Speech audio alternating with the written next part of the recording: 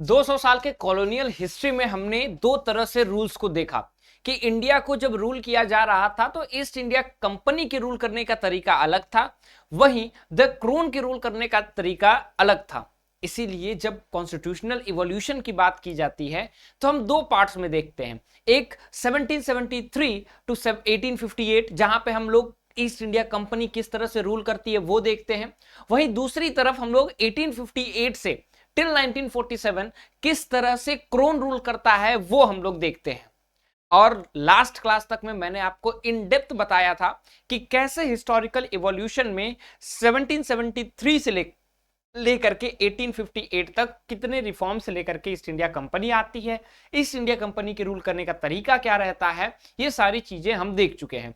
इस क्लास में in detail हम देखने वाले हैं द क्रोन रूल को, कि फ्रॉम 1858 द 1857 के रिवॉल्ट के बाद से 1858 से कैसे क्रोन इंडिया को रूल करता है और अगले 90 से 100 साल तक वो भारत पे अपनी आइडियोलॉजी भी छापता है या फिर यूं कहें आइडियोलॉजी को भी बढ़ाता है, साथ ही साथ उसकी हूबहू जो पॉलिटिकल आइडेंटिटी है वो भारत में देखने को मिलती है।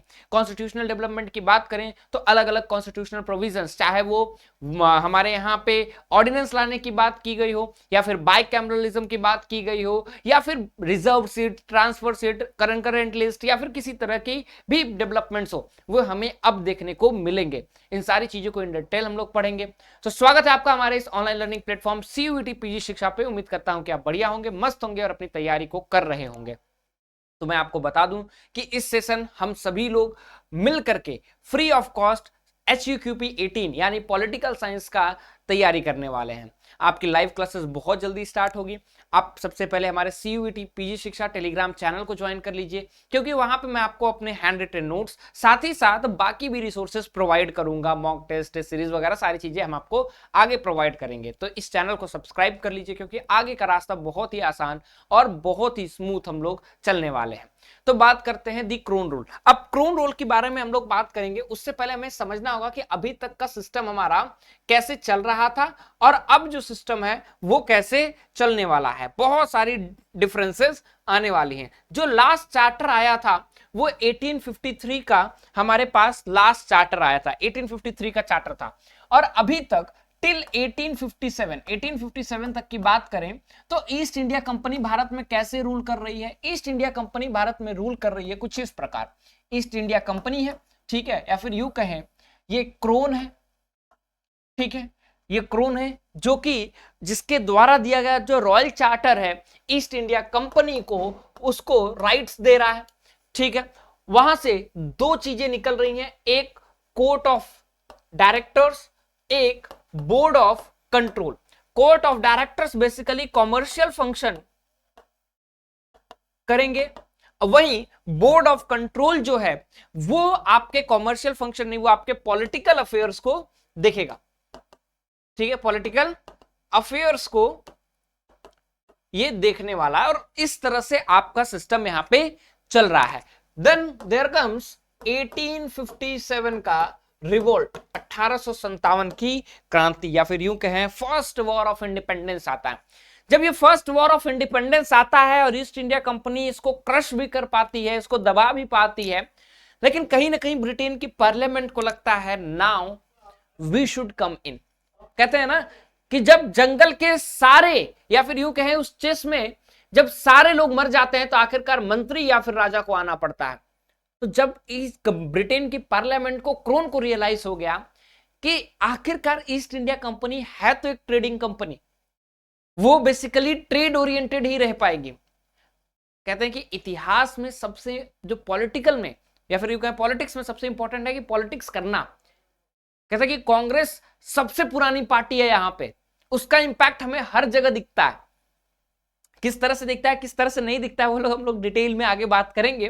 तो ईस्ट इंडिया कंपनी रूल नहीं कर पा रही थी भारत को और ये पार्लियामेंट वहां का जान गया, and that is why they brought 1858 का रिफॉर्म, ठीक है। 1858 का जो रिफॉर्म था वो बेसिकली बात करता है कि अब ईस्ट इंडिया कंपनी यहां पे रूल नहीं करेगी। अब किसका रूल होगा? हर मैजेस्टी। हर मैजेस्टी का मतलब क्या है? हर मैजेस्टी का मतलब है कि अब यहां पे क्रोन रूल होगा। अब ब्रिटेन की जो महारानी है वो भारत पे शासन करेंगी। तो कैसे शासन करेंगी? क्या डायरेक्ट करेंगी? नहीं, अब वो इनडायरेक्टली भारत पे शासन करेंगी। And how the crown rule will go on, ये आपको ध्यान देना होगा। Crown, her majesty, then parliament,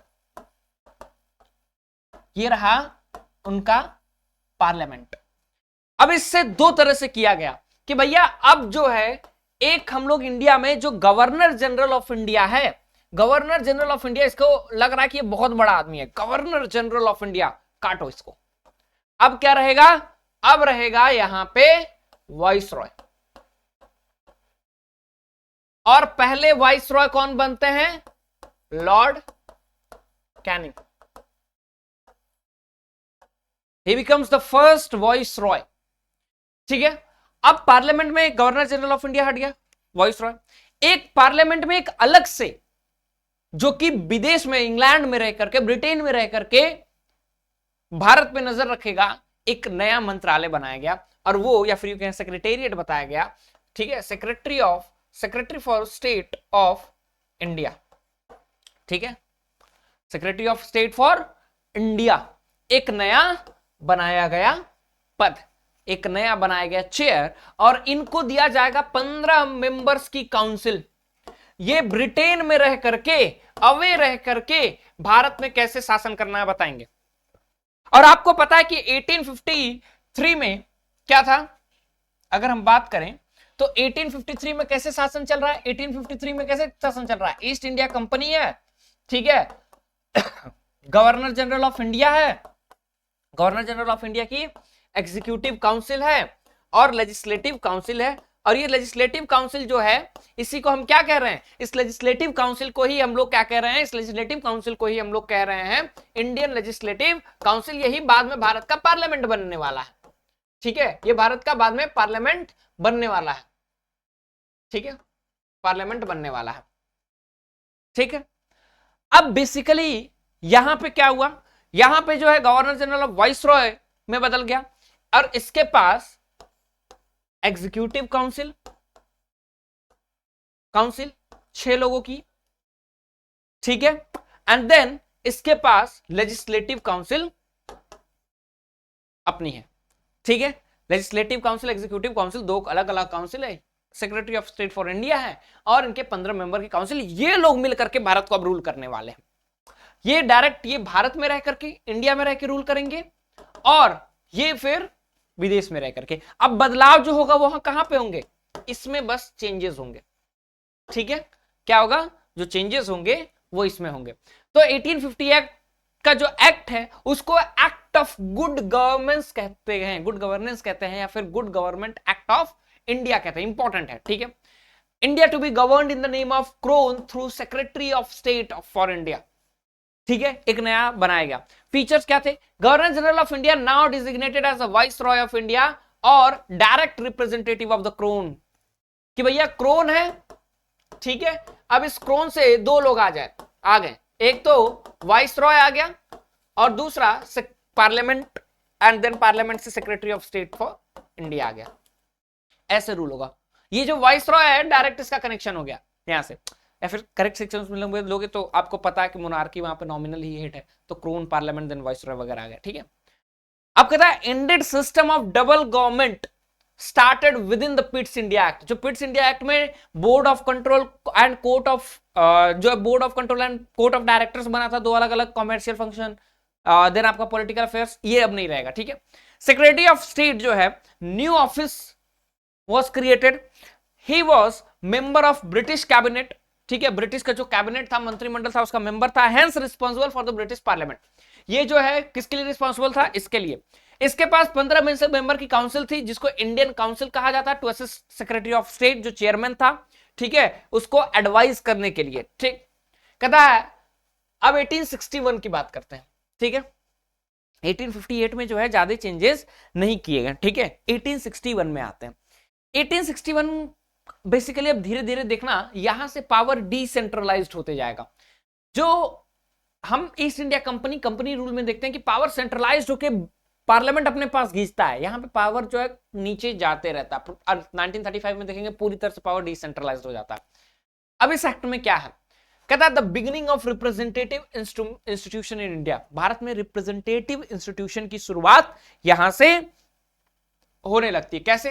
associated Indians with the law making process, यहां पे जो है 1961 में 3 लोगों को लॉ मेकिंग प्रोसेस में जोड़ा गया। कैसे जोड़ा गया?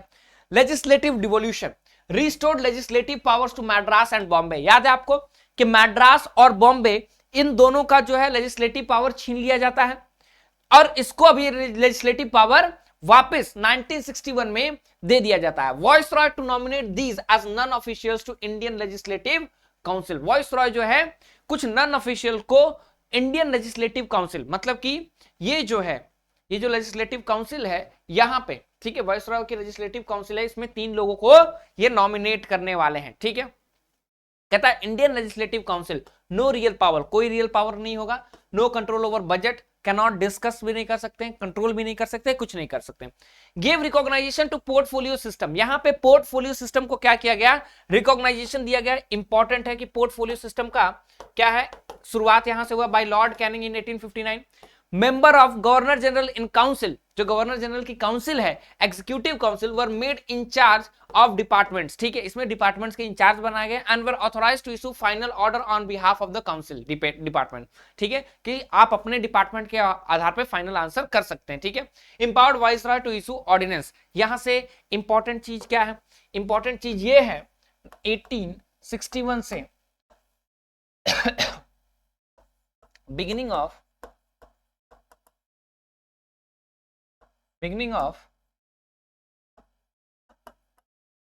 डायरेक्ट पार्लियामेंट्री इंस्टीट्यूशन, या फिर यूं कहें पार्लियामेंट्री इंस्टीट्यूशन।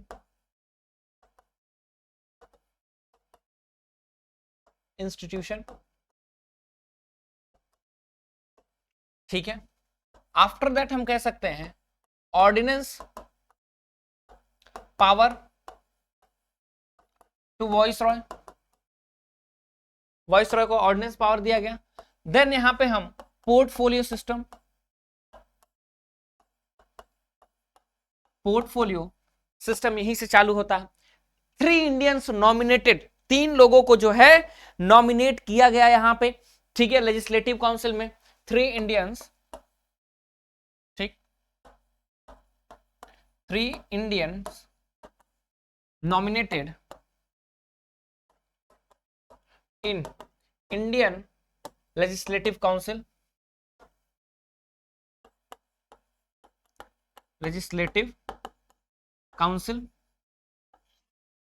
by Canning, और वो 3 लोग आपके सबसे पहले महाराजा ऑफ बनारस थे। ठीक है, या फिर कहें राजा ऑफ बनारस थे, महाराजा ऑफ पटियाला थे और सर दिनकर राव थे। ठीक है, तो राजा ऑफ बनारस कहो, ठीक है। देन महाराजा ऑफ पटियाला, ठीक है, एंड सर दिनकर राव, ये थे। ठीक है, उसके बाद आप देख सकते हैं पोर्टफोलियो सिस्टम वगैरह आया और इनके पास कोई पावर नहीं थी, आपको पता है इनके पास नो रियल पावर। ठीक है, रियल पावर इनके पास कोई था ही नहीं, ये सिस्टम चल रहा था। ठीक है, चलो और कुछ तो छूटा नहीं यहाँ पे। ऑर्डिनेंस बता ही दिया। हाँ, मैड्रास और, ठीक है, Madras and Bombay legislative power restored,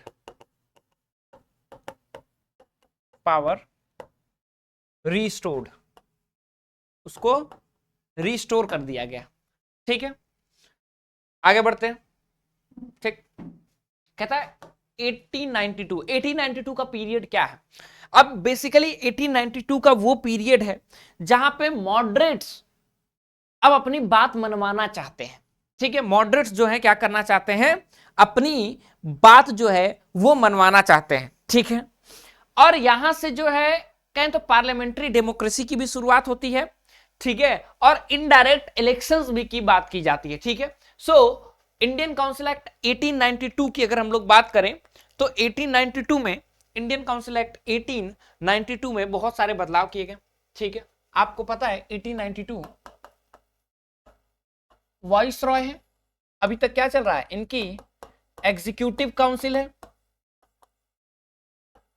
then इनकी लेजिस्लेटिव काउंसिल है। आपको पता है इस लेजिस्लेटिव काउंसिल में 3 लोग आ गए हैं, कौन कौन, Raja of Banaras, Raja of Banaras, Maharaja of Patiala of Patiala and sir Dinkar Rao, ये आ गए हैं।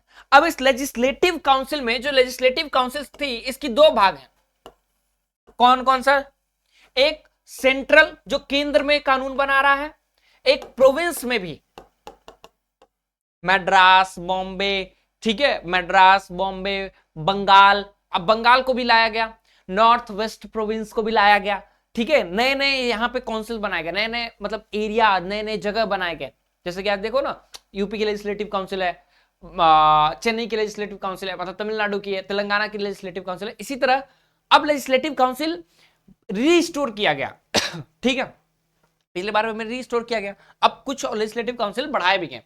सेंट्रल लेजिस्लेटिव काउंसिल में जहां 6 लोग थे उनको बढ़ा के 16 लोग किया गया, ठीक है, क्या किया गया, 16 लोगों को किया गया, ठीक है। यहां पे भी नॉन ऑफिशियल मेंबर्स जो थे, नॉन ऑफिशियल मेंबर्स मतलब कि इंडियंस, नॉन ऑफिशियल्स, अब यहां पे भी ऐड करना स्टार्ट हो गया, ठीक है। अब बेसिकली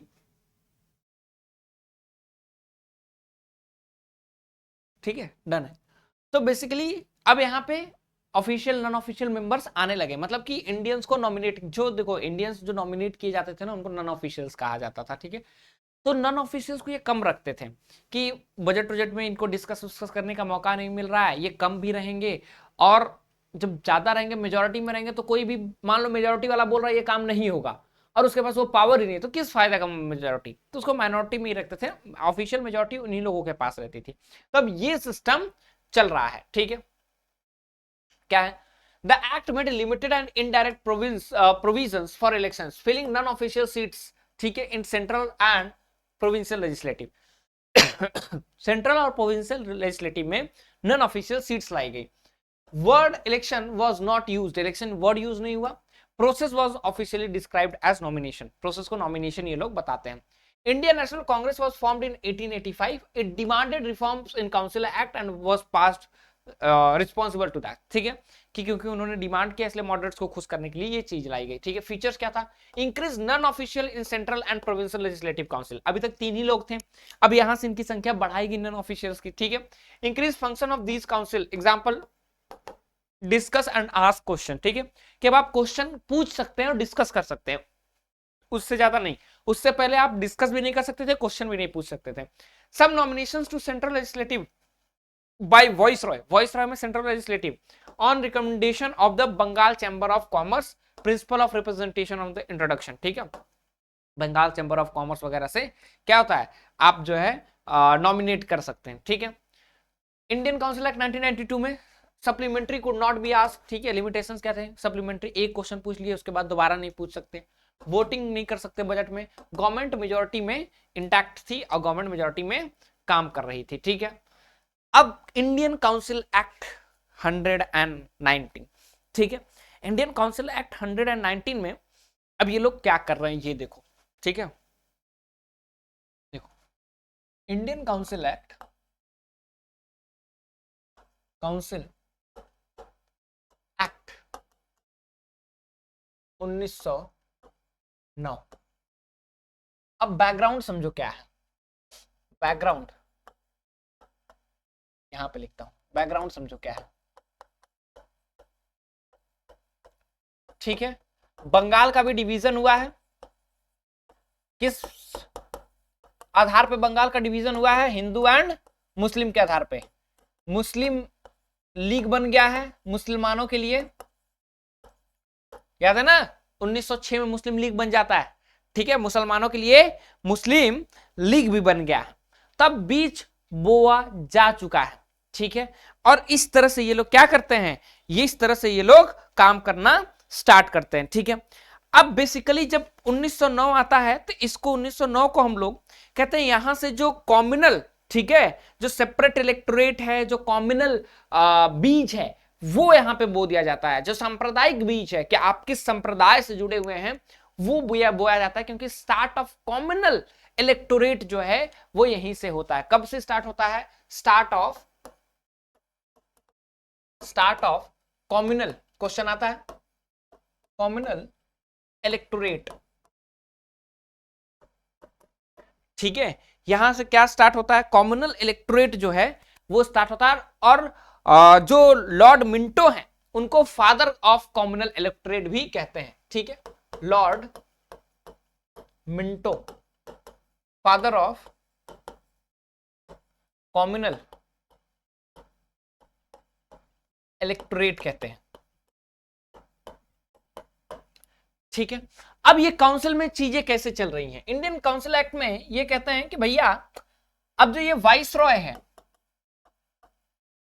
ये जो वाइस रॉय है इसके एग्जीक्यूटिव काउंसिल है, फर्स्ट टाइम एक इंडियन को जोड़ते हैं,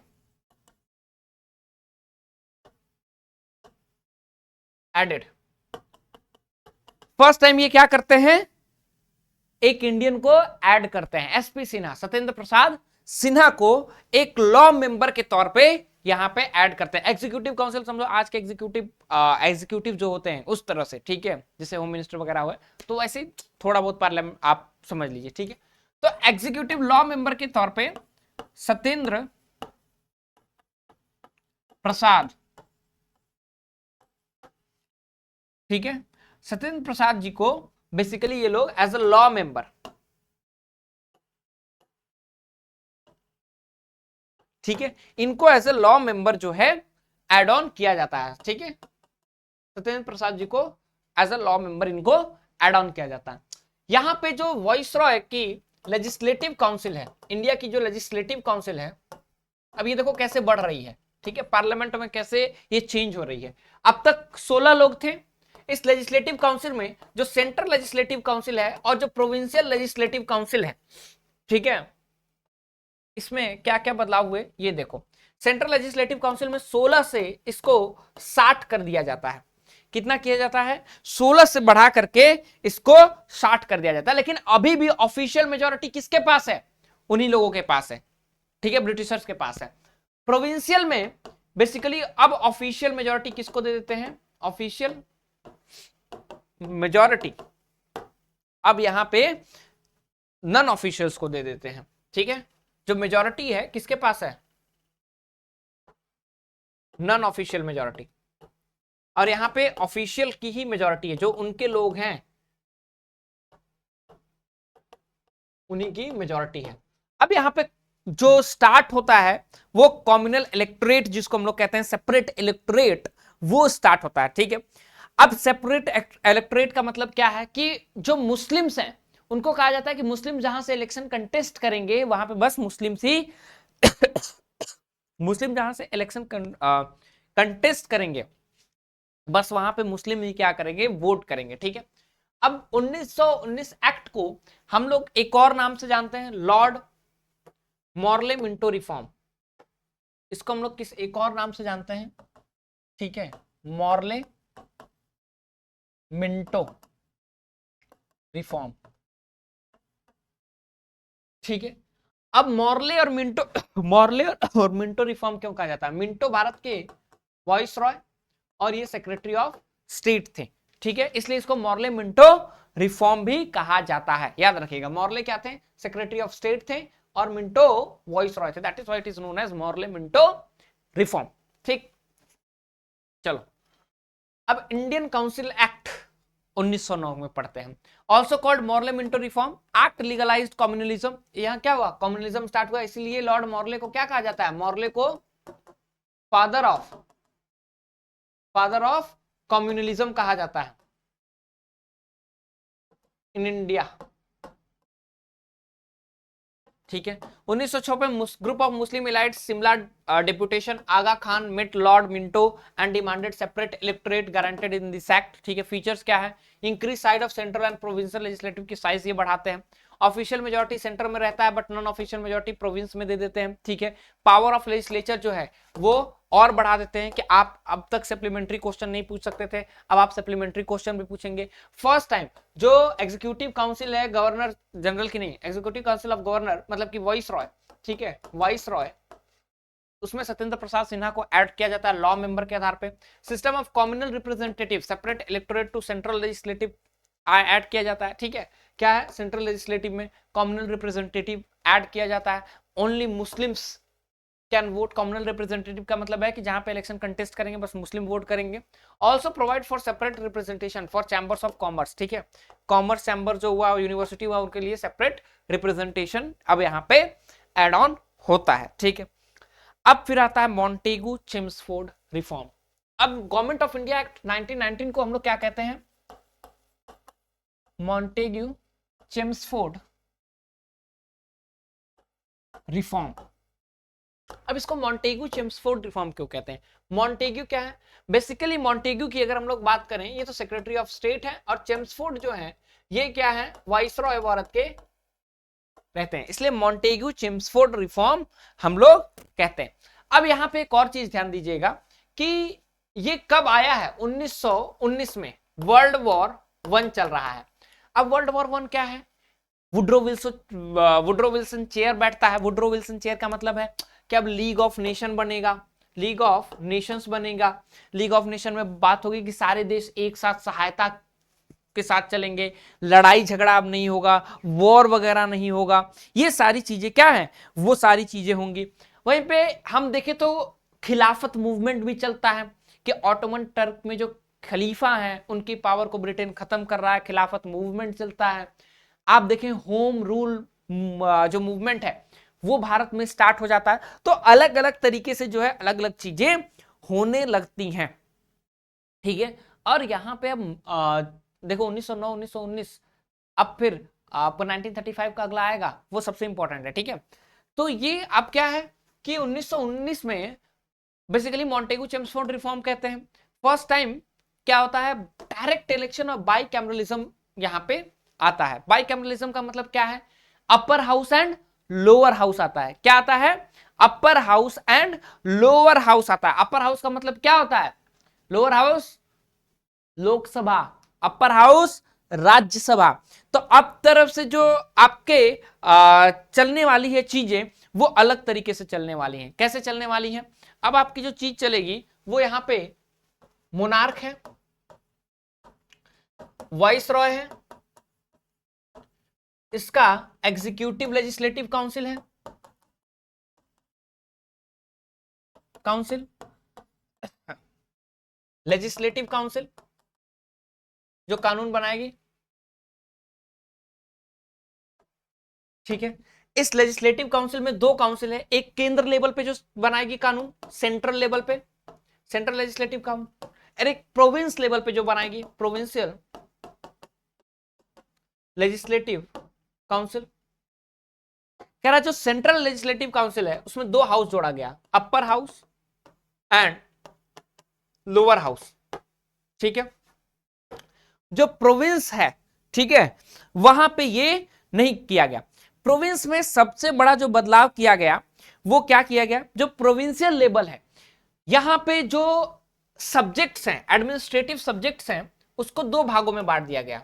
एक रिजर्व्ड गवर्नर। अब जो प्रोविंस है, प्रांत है, उनको 2 तरह से ये किया जाएगा, कहते हैं कि रूल किया जाएगा। एक तो गवर्नर जो था और एक लेजिस्लेटिव काउंसिल जो है। ठीक है। ये जो गवर्नर है, देखो यहां पे बहुत ध्यान से समझना, ये जो गवर्नर है ये एग्जीक्यूटिव काउंसिल कहलाया और ये लेजिस्लेटिव काउंसिल जो है वो लेजिस्लेटिव काउंसिल तो कहलाया ही। ठीक है। अब इसके पास क्या है? इसके पास रिजर्व्ड सब्जेक्ट्स हैं। ठीक है। इसके पास ट्रांसफर लिस्ट है, ट्रांसफर सब्जेक्ट्स है। अब जो रिजर्व या फिर ट्रांसफर सब्जेक्ट्स होते हैं वो आपको पता है, रिजर्व सब्जेक्ट्स में क्या आ जाएगा, जो बस गवर्नर के पास होगा, ठीक है, और उसके एग्जीक्यूटिव जो होते हैं उनके पास होगा, जैसे कि पुलिस हो गया, जुडिशरी हो गया, जज वगैरह के मामले, ठीक है, पुलिसिंग हो गया, रेवेन्यू हो गया, ठीक है, वो अपने पास रखेगा, एजुकेशन हो गया, फॉरेस्ट हो गया, वो इसके पास। तो आज के जमाने में आप देख लीजिए, ठीक है, यूनियन लिस्ट, कंकरेंट लिस्ट शुरुआत हो रही है, यहां पे धीरे धीरे आ रहा है ना हम लोगों को, जी जी जी एकदम, ठीक है। तो इस तरह से आपका चलने वाला है, ठीक है। वहीं पे ये जो एग्जीक्यूटिव काउंसिल है, अब इसमें तीन तीन लोग रहेंगे, 6 लोगों की काउंसिल है, तीन तीन इंडियंस रहेंगे, 3 फॉरेनर्स रहेंगे और 3 इंडियंस रहेंगे, ठीक है। उसी के साथ साथ ये जो यहां से जो कॉम्युनल आपका इलेक्टोरेट है वो सिख, एंग्लो इंडियंस और क्रिश्चियंस कॉम्युनल इलेक्टोरेट मिलता है। क्वेश्चन आता है, इंपॉर्टेंट है ये क्वेश्चन आता है कि आपका जो बेसिक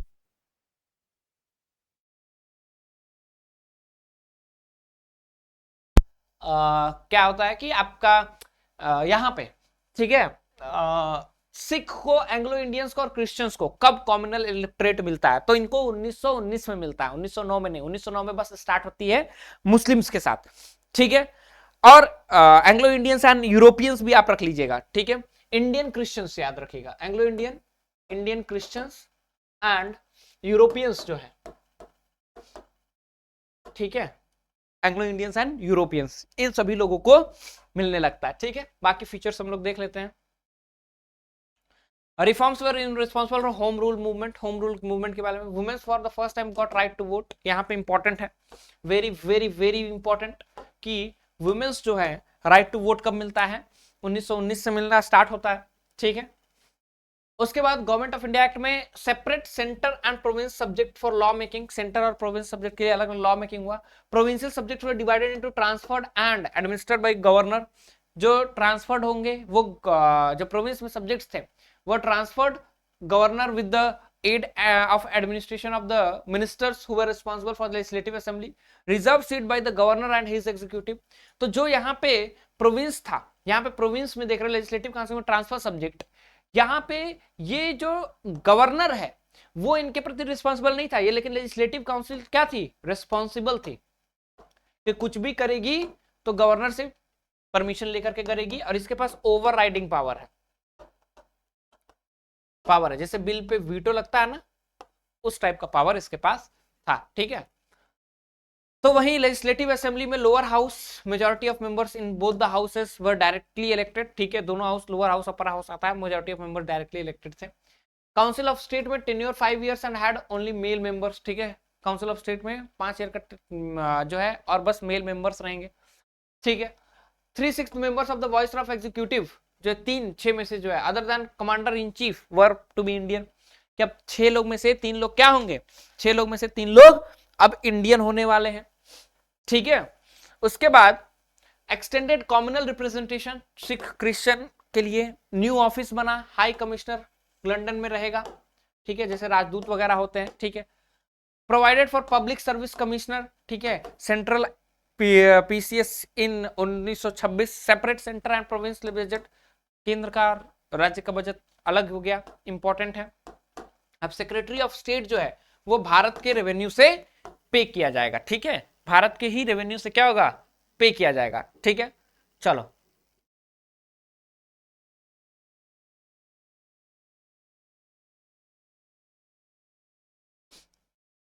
चलो at the centre, central legislative council had no control over viceroy, ठीक है, सेंट्रल लेजिस्लेटिव काउंसिल का कोई वॉइसरॉय पे कंट्रोल नहीं था, 60 कर दो कितना भी कर दो, वॉइसरॉय तो सबसे बड़ा है, ठीक है, आप उसको कंट्रोल नहीं कर सकते।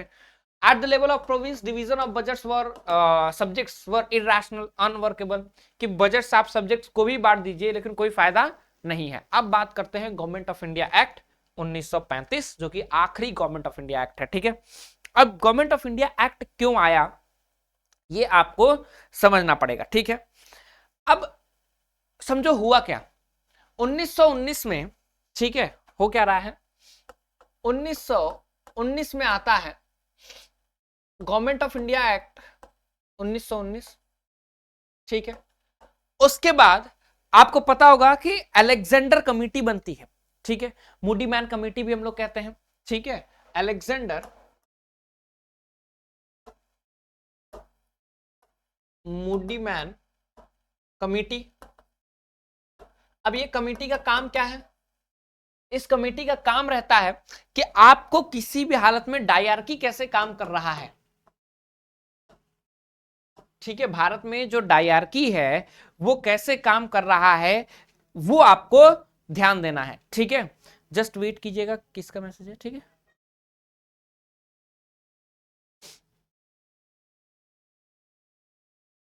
ठीक है, चलो सही है। ठीक, तो डायरकी यहां पे कैसे काम कर रहा है, दो तरह का जो गवर्नमेंट है वो कैसे काम कर रहा है उसको देखने के लिए अलेक्जेंडर मूडी मैन कमेटी बनती है। और ये मूडी मैन कमेटी बेसिकली यही देखने के लिए बनती है। उसके साथ साथ आपको पता है कि 1927 में साइमन कमीशन बनता है कि भैया आप भी चेक कीजिए कि जो 1919 का एक्ट है वो सही से काम कर रहा है या फिर नहीं कर रहा है। ठीक है, अब साइमन कमीशन के काम करने के कारण ही साइमन कमीशन की रिपोर्ट आती है। ठीक है, साइमन रिपोर्ट, इसी के कारण जो है 3 राउंड टेबल कॉन्फ्रेंस होते हैं। ठीक है, 3 राउंड टेबल कॉन्फ्रेंस होते हैं। उसके बाद पूना पैक्ट होता है, आपको पता होगा। फिर आता है आपका व्हाइट पेपर कि भैया सब कुछ हो गया, अब व्हाइट पेपर लेकर के आते हैं। फिर आपका आता है क्या आखिरकार 1935 में गवर्नमेंट ऑफ इंडिया एक्ट। तो गवर्नमेंट ऑफ इंडिया एक्ट में ये सारे के हमें असर देखने को मिलने वाले हैं। अब government of India act basically अलग अलग तरीके से काम करने वाला है। कह रहा है कि अब बस हम प्रोविंशियल लेवल पे डायरकी नहीं लेकर के आएंगे। जैसे प्रोविंस लेवल पे क्या था, डायरकी आ गई थी ना, यहां पे देखो ये क्या है, हाँ ये डायरकी है। कहते ये प्रोविंशियल लेवल पे डायरकी खत्म कर देंगे।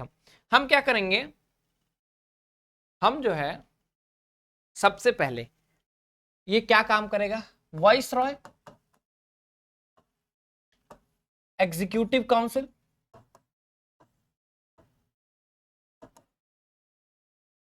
Legislative council.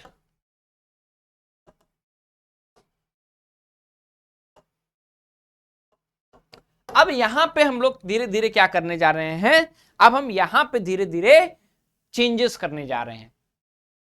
अब ये जो एग्जीक्यूटिव लेजिस्लेटिव काउंसिल है, लेजिस्लेटिव काउंसिल में जो सब्जेक्ट्स होंगे अब वो बटेंगे। जो सेंट्रल लेवल में सब्जेक्ट होंगे वो ट्रांसफर्ड और फिर आपके रिजर्व सब्जेक्ट होंगे। रिजर्व सब्जेक्ट किसके पास होगा, ये एग्जीक्यूटिव काउंसिल के पास होगा। ट्रांसफर्ड सब्जेक्ट किसके पास होगा, लेजिस्लेचर के पास, सेंट्रल लेजिस्लेटिव काउंसिल के पास होगा। और ये जो लेजिस्लेटिव काउंसिल के पास ट्रांसफर सब्जेक्ट होगा वो रिस्पॉन्सिबल होगा इसके लिए, ये रिस्पॉन्सिबल इसके लिए नहीं होगा। तो जो प्रोविंशियल लेवल पे था वो अब सेंट्रल लेवल पे हमें देखने को मिलेगा। लेकिन उससे भी पहले इन्होंने क्या किया, डायरेक्ट पीपीटी से चलते हैं, ऑल इंडिया फेडरेशन की बात की। ठीक है, इन्होंने क्या किया, सबसे पहले हम ऑल इंडिया फेडरेशन बनाएंगे। ठीक है, उसके बाद आपको समझ में आएगा। इनका सबसे 1935 में ये सबसे पहले क्या बात करते हैं कि हम एक ऑल इंडिया फेडरेशन बनाएंगे। जैसे आज के समय में इंडिया क्या है, यूनाइटेड इंडिया है, तो इनका भी ऐसा सपना था। प्रिंसली स्टेट्स, बाकी जो यूनियन टेरिटरीज हैं और जो ब्रिटिश इंडिया का टेरिटरी, सबको मिलाकर के ऑल इंडिया फेडरेशन बनाएंगे, जो कभी एग्जिस्ट किया ही नहीं क्योंकि प्रिंसली स्टेट्स जुड़े ही नहीं। 3 लिस्ट बनाया इन्होंने। कौन कौन से list, central list, provincial list and concurrent list. कि केंद्र जो है एक जगह पे कानून बनाएगी, एक लिस्ट है उस लिस्ट पे बस केंद्र की सरकार कानून बना पाएगी। प्रोविंशियल लिस्ट पे बस प्रोविंसेस की सरकार, कंकरेंट लिस्ट पे दोनों, लेकिन वैलिड किसका रहेगा, सेंट्रल का। ये आज का आपका शेड्यूल में कौन सा शेड्यूल है, कमेंट सेक्शन में बताइए, 7th की 10th, ठीक है। शेड्यूल 7 में आप देख रहे होंगे कि लिस्ट है, central province concurrent list. Residuary power vice Roy की जो कहीं मेंशन नहीं, वो वाइस रॉय पे है। डायरकी है प्रोविंस लेवल पे हटा दिया गया, रिस्पॉन्सिबल गवर्नमेंट की। और ये बेसिकली ऑल मेंबर्स अब जो है प्रोविंशियल लेवल पे सारे डायरेक्टली इलेक्टेड होंगे, मतलब कि इलेक्शंस होंगे अब इंडिया में 1935 में। ठीक है, कांग्रेस की सरकार बनने वाली बहुत जगहों पे, राज्यों में। Dyarchy at the central level पे आया। Reserved and transfer subject system never began operational, कभी ये ऑपरेशनल हुआ ही नहीं। ठीक है, उसके बाद अगर हम लोग बात करें सेंट्रल लेजिस्लेटिव काउंसिल में, elections to council of state permanent body with 1/3 of members retiring every year. ठीक है, यहां पे आप परमानेंट बॉडी देखिए, काउंसिल ऑफ स्टेट जो है जिसको हम अपर हाउस कह रहे हैं, इसमें 1/3 मेंबर हर 3 साल पे रिटायर करेंगे। याद आ रहा है कुछ? राज्यसभा। ठीक है, और was direct and that for federal assembly 5 year duration रहेगा। आज के समय लोकसभा दिख रहा है, ठीक है, लोअर हाउस। ठीक, introduce by cameralism, by cameralism यहां पे आता है। जैसे कि आप देखते हैं बाई कैमरलिज्म का मतलब क्या है, केंद्र में था ना अपर हाउस लोअर हाउस, उसी तरह 6 प्रोविंसेस में अपर हाउस लोअर हाउस ये लेकर के आते हैं। ठीक है, 6 प्रोविंसेस में ये क्या करते हैं, अपर हाउस लोअर हाउस लेकर के आते हैं। Extended communal representation further to depressed class and women. ठीक है, डिप्रेस्ड क्लास, वुमेन और वर्कर के लिए ये लेकर के आते हैं 1935 में। आरबीआई आता है, आरबीआई एक्ट ऑफ 1935। ठीक है, provided for federal PSC, federal जो ज्वाइंट पब्लिक सर्विस कमीशन है वो, provincial public service commission and joint public service commission and federal court जो सुप्रीम कोर्ट है उसका भी स्टैब्लिशमेंट होता है। 1935 को रट जाना है, रट जाओ। ठीक है, आपको मैं एक चीज दिखा देता हूं 1935 से रिलेटेड, ये आपको फीचर्स दिख रहे होंगे। ठीक है, ये आपको फीचर्स दिख रहे होंगे, टेलीग्राम चैनल पे मैं ये सारे हैंड रिटन नोट्स आपको दे दूंगा। बेसिकली इस नोट्स में इंपॉर्टेंट क्या क्या है, पीवाईक्यूज कैसे कैसे पूछे जाते हैं, वो सारी चीजें यहाँ पे दी गई हैं। सो दैट कि इसमें जहां से आपको तो यूपीएससी लेवल ऑप्शनल लेवल पढ़ाना नहीं है, नेट जेआरएफ लेवल पढ़ाना नहीं, तो जो डायरेक्ट क्वेश्चन है we should go for that only. ठीक है, तो इस तरह से बदलाव लेकर के आते हैं। Indian council of secretary of state was abolish, secretary of state को ये एबोलिश करते हैं। ठीक, उसके बाद इंडियन इंडिपेंडेंस एक्ट ऑफ 1947 आता है। 1935 के एक्ट को आप याद रखिएगा, डायरकी सेंटर में आता है, reserve concurrent seat residuary power आते हैं। ठीक है, उसके बाद फेडरल गवर्नमेंट है, म्यांमार जो बर्मा रहता है उसको भारत से अलग कर दिया जाता है। ये सारी चीजें आपको याद रखनी होंगी। ठीक है, अब 1947 में क्या हुआ, British PM Clement Italy declared that British rule in India could and June 30, 1948 तक खत्म हो जाएगा। वो इसलिए जून 48 तक कर देते हैं क्योंकि मुस्लिम लीग और इंडिया में कांग्रेस लड़ रहे होते हैं, डिवीजन नहीं होगा नहीं होगा, तो ये इसलिए देते हैं कि इसके बाद तुमको जो करना करना, हम लोग तो चले जाएंगे। ठीक है, 3 जून 1947 को पुट फॉरवर्ड माउंटबेटन प्लान आता है पार्टीशन का, कि भारत और पाकिस्तान अब एकदम अलग हो जाएंगे। फीचर्स क्या है, India declared India as independence from August 1947, provided for the partition of 2 dominion में भारत बढ़ गया। ठीक है, वॉइस रॉय खत्म हो गए, गवर्नर जनरल ऑफ इंडिया आ गए। ठीक है, and rights to secede from British Commonwealth, कि भारत और ब्रिटिश कॉमनवेल्थ से हट सकता है अगर उसकी इच्छा है तो। ठीक है, provided governor general for each dominion who is to be appointed by British king, सबका अपना गवर्नर जनरल होगा जो ब्रिटिश किंग अपॉइंट करेंगे। Empowered constituent assembly to legislate till constitution is enforced, कि जो कॉन्स्टिट्यूएंट असेंबली है वो ईस्ट इंडिया कंपनी द्वारा सॉरी ब्रिटिश गवर्नमेंट द्वारा लाए गए कोई भी नियम कानून में बदलाव कर सकती है, यहां तक कि इंडिपेंडेंस एक्ट में भी कर सकती है। Abolished office of secretary of state, proclaim lapse of paramountcy, paramountcy हट गया, अब प्रिंसली स्टेट इंडिया ज्वाइन कर सकते हैं, पाकिस्तान ज्वाइन कर सकते हैं, इंडिपेंडेंट रह सकते हैं। Governance till the constitution is finalised, government of India act 1935, कि जब तक नया कॉन्स्टिट्यूशन नहीं बनता 1935 के एक्ट के तहत रूल किया जाएगा। Governor and governors were made nominal head, ठीक है, गवर्नर्स और गवर्नर जनरल ऑफ इंडिया को नॉमिनल हेड बनाया गया। Drop the title of emperor of India, ठीक है, अब जो क्रोन है उन्होंने एम्परर ऑफ इंडिया का टाइटल ड्रॉप कर दिया गया। सबसे इंपॉर्टेंट आपके लिए इस पूरे हिस्टोरिकल बैकग्राउंड में क्या था, सबसे इंपॉर्टेंट आपके लिए 1909, 1919, 1953, 53, 35, ठीक है, ये 3 है। बाकी आपके लिए इंपॉर्टेंट क्वेश्चंस वगैरह भी मैं लेकर के आऊंगा। Will meet in next class, ज्यादा लेंथी नहीं लेंगे। अगला आपका कॉन्स्टिट्यूएंट असेंबली का फॉर्मेशन होगा and sources of the Indian constitution, ठीक है। We'll meet once again in next class. Till then, thank you so much. अपनी Diwali सेफुली मनाइए. We'll meet once again. Thank you so much.